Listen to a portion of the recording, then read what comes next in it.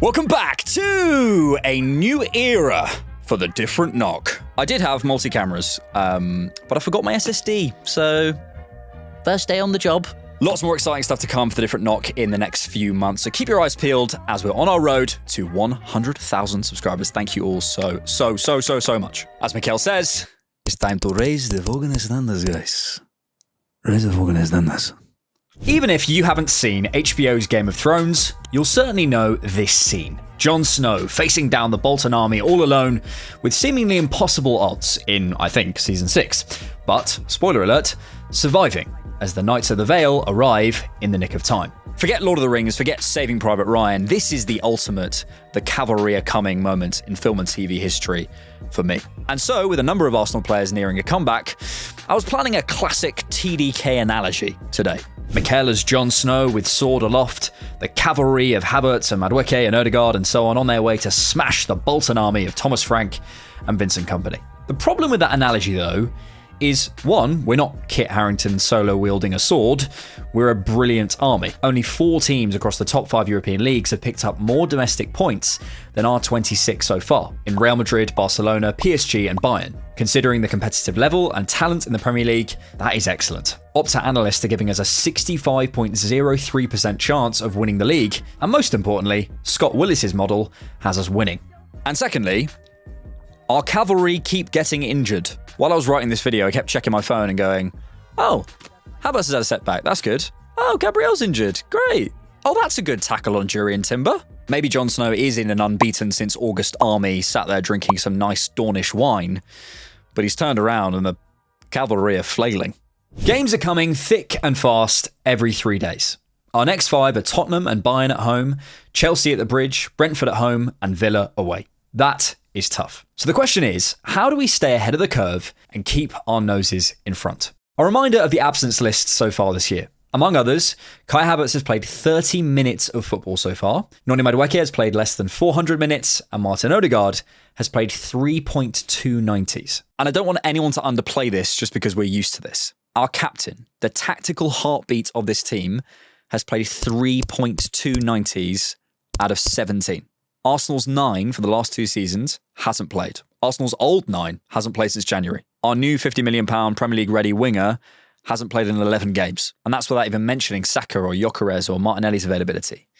There are levels to go here. No other top team, so not Spurs, have had anything like that sort of clustering of injuries to one position. I don't think it's normal to produce as consistently as we have up to this point with this much unrest in one area of the field. We're still 4th for open play XG in the league. We should be much further behind. We've simply not had the players in the forward areas to explore some of those areas of development that we spoke about pre-season. Those complementary pairs, those key dynamics that I think can win us games on their own. Gyökeres stretching tired defenders for 60 minutes before Havertz nods one in behind a knackered centre-back, or a right A Odegaard performance passing them to death, dropping the line further and further back before Eze comes on at minute 65 and delivers the killer blow. And there's fitness, but there's also rhythm, which is a secondary problem. We might have players fit on paper, like Bukayo Saka, but without any rhythm, they're off it. When players have had rhythm in this Arsenal team, they've thrived, which tells you this is a system ready to go up a level with more input. Gyökeres' best game for Arsenal before he got injured came because he'd had a consistent run to acclimatise to the team and a few days rest. Madueke had easily his best game for Arsenal against Forest after his run in the team, then next weekend, boom, injured. Trossard, 3 goals and assists in his last 4 in the league and an assist against Slavia Prague. Excellent form, I think, because he started every game except Atletico and Brighton since City at home. I'd argue Eze and Saka were looking good in the break for England for the same reasons. Forget the guys being actually available. We've benefited a little bit from the rhythm, but not enough. So the players to return, Havertz, Odegaard, Madueke, they're all going to take us up a level, I think. And also, because of the way the squad is built, they'll provide their own specific tactical solutions to problems that we have faced in those tight games that may have gone our way a few times, but we've been on the edge, and a few of them haven't. But before we get specific on that, we do have to talk about it. Are injuries derailing our season again? I sometimes get asked in the comments section on live streams, Alex, who do you think misses out once this whole squad is fit? And I want to go, when what? Sorry? The last time I recall us having an entirely fit and available squad was at the end of 23-24 for about 10 minutes because Timber was back in training after his ACL. Look at it, the brief window of light. Then Saka got injured on the final day. And look around. According to Premier injuries, while we have 7 out, there's Brighton with 6 injuries, Chelsea with 8, United with 5, Newcastle with 8, Liverpool and City doing a bit better at the moment, but they've had them, Spurs with 13. How did an insurance company produce some data just over a year ago, looking at not only injury occurrence increasing over time in the top 5 European leagues, but the cost of injuries to clubs in terms of rehabilitation, surgeries, and so on, ever increasing. So it's not just the injuries either. Premier Injuries does seem to say the injury occurrence actually went down a touch in the Premier League last season, which is interesting, but I suspect it will return up again this season. And I wonder if it's time to accept that this era of football is asking us to see injuries in a different way. Instead of asking who avoids injuries as a kind of key title indicator, it's more about who can avoid clusters of injuries, who deals with injuries best, and who's best equipped for the inevitable injuries to their key players. Those all feel like better questions in this era. You also need a bit of luck to win a title, which I hope we get, and I don't think we've had much of so far. But I also look at previous title winners, Liverpool, City, and so on, and yes, they got lucky, but they also handled situations well. Liverpool last season got lots of good fortune, for sure, but also when they had key players out for extended periods, Alisson out for 7 Premier League games, Kelleher comes in and does really, really well, earning himself a Premier League move. Konate was out for 6 Premier League games, Gomez does a really good job. The year before for City, Doku was missing, Haaland was missing, Stones basically missed the whole start of the season, De Bruyne missed 5 months. They still managed to be within 2 points of leaders Liverpool by New Year's Day because they rotated well. This year, I think Nico Gonzalez has been great stepping in for Rodri, and we are where we are. You might say, well, that's City though, look at their squad. Mate, look at our squad. Do I want this to be happening? I'd be a sicko. But I think we can be cautiously optimistic that this squad can deal with it. Gabriel's out. Next man up. This is what we prepared for. Mosquera, Saliba, Nkapie, Calafiori, even Timber, Ben White. We have the players. I have to ask though, can we do better? Look, those of you who've watched me for a while will know I struggle talking about injuries because 1, big word I learned recently, I feel like an ultra-crepidarian. And 2, because it's the most multifactorial thing possibly in football. I'm a fan. I can tell you why I think something did or didn't happen because of a pass or a shot or whatever it might be. But how can I sit here and say to you with absolute security, this is the reason Gabriel got injured? I don't know. It could be overplaying. It could be the manager being stupid and ill-informed, but it could also be the calendar or the type of sprint they were doing or their body composition or the specific way the challenge happened, the boots they were in, or a bit of bad luck. Maybe there was no hot water. And I look at the injuries that we have more specifically. I look at Gabby Jesus and Havertz and Odegaard, all knee injuries, for example. I don't really know how we could have avoided them. Ugarte challenge, trying to stop Somerville and trying to block a Bruno shot.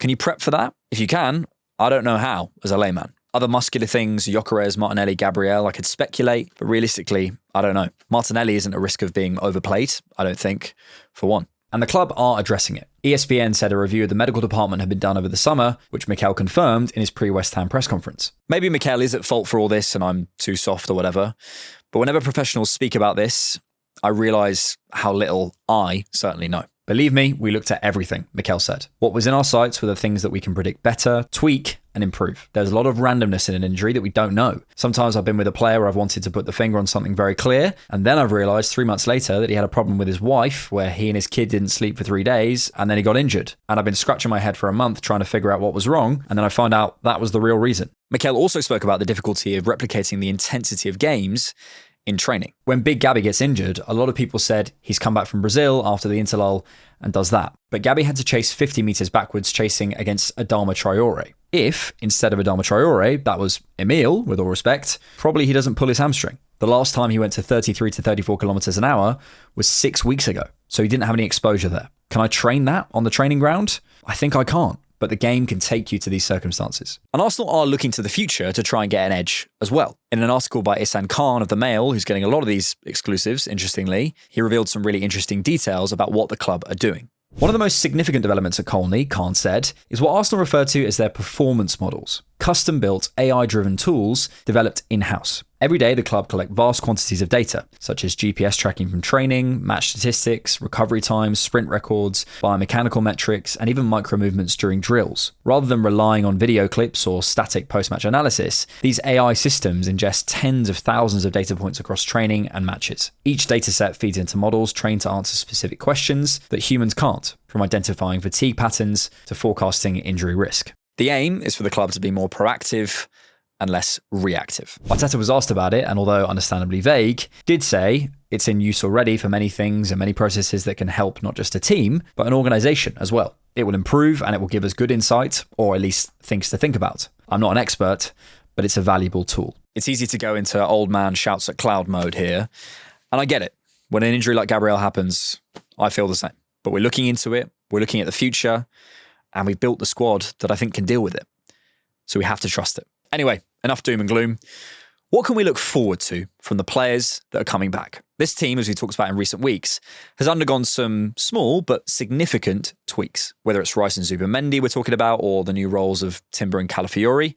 Just quickly, how crazy is this as a stat? According to Squawker, only 3 players have had 5 or more shots with their right foot, 5 or more with their left foot, and 5 or more headed shots in the Premier League this season. Igor Thiago, Jean-Philippe Mateta, and Ricardo Calafiori, the left back. But what can we expect from our returning cavalry? What's the next different knock? How Arsenal have evolved video going to owe itself to? I can't get that Havertz run and goal against Bilbao out of my head. Power, pace, boom, as our 6'4" now brute just folds their defence like a pack of cards. That's Inigo Martinez, their vice-captain, and Spain's #1 goalkeeper, Unai Simon, by the way. They're not scrubs. And I think there's a level of power and presence yet to come into this forward line. This side-by-side of Kai as a teenager to now shows just how he has transformed his body, ready for the Premier League in its current form. The athleticism is extraordinary, and I think he's ready to be that Kai again.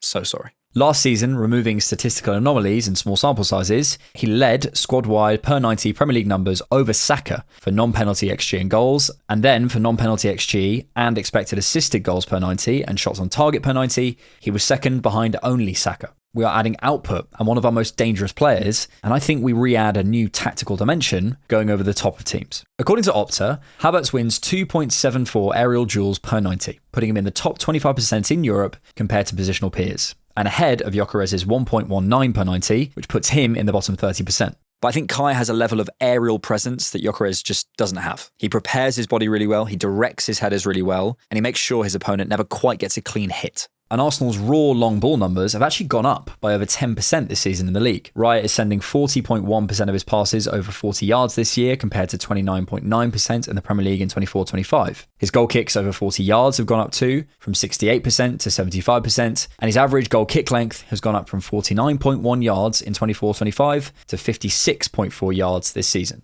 So I think that's a fair sample now to say that we are going further and longer. Quite how we square that circle or circle that square, I'm not sure what it is. Never know that phrase. It's an interesting one. I've wondered why we are going long to Gyökeres from so deep, especially when our players, statistically on average, are all passing longer this season, apart from Martinelli. And I suspect it's to do with maybe more man-to-man pressing structures, maybe trying to get teams to run more. But whatever the reason, Havertz's reliability up there will help make it stick.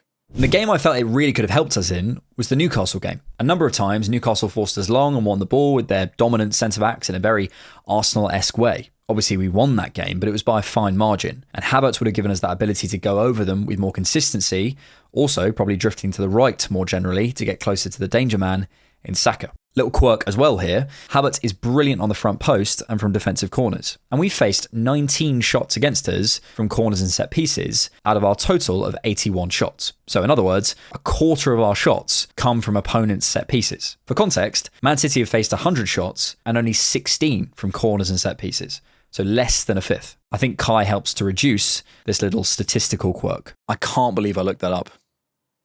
Would be crazy if I had a life, wouldn't it? We also saw Arteta go twin eights in a Premier League game. Him!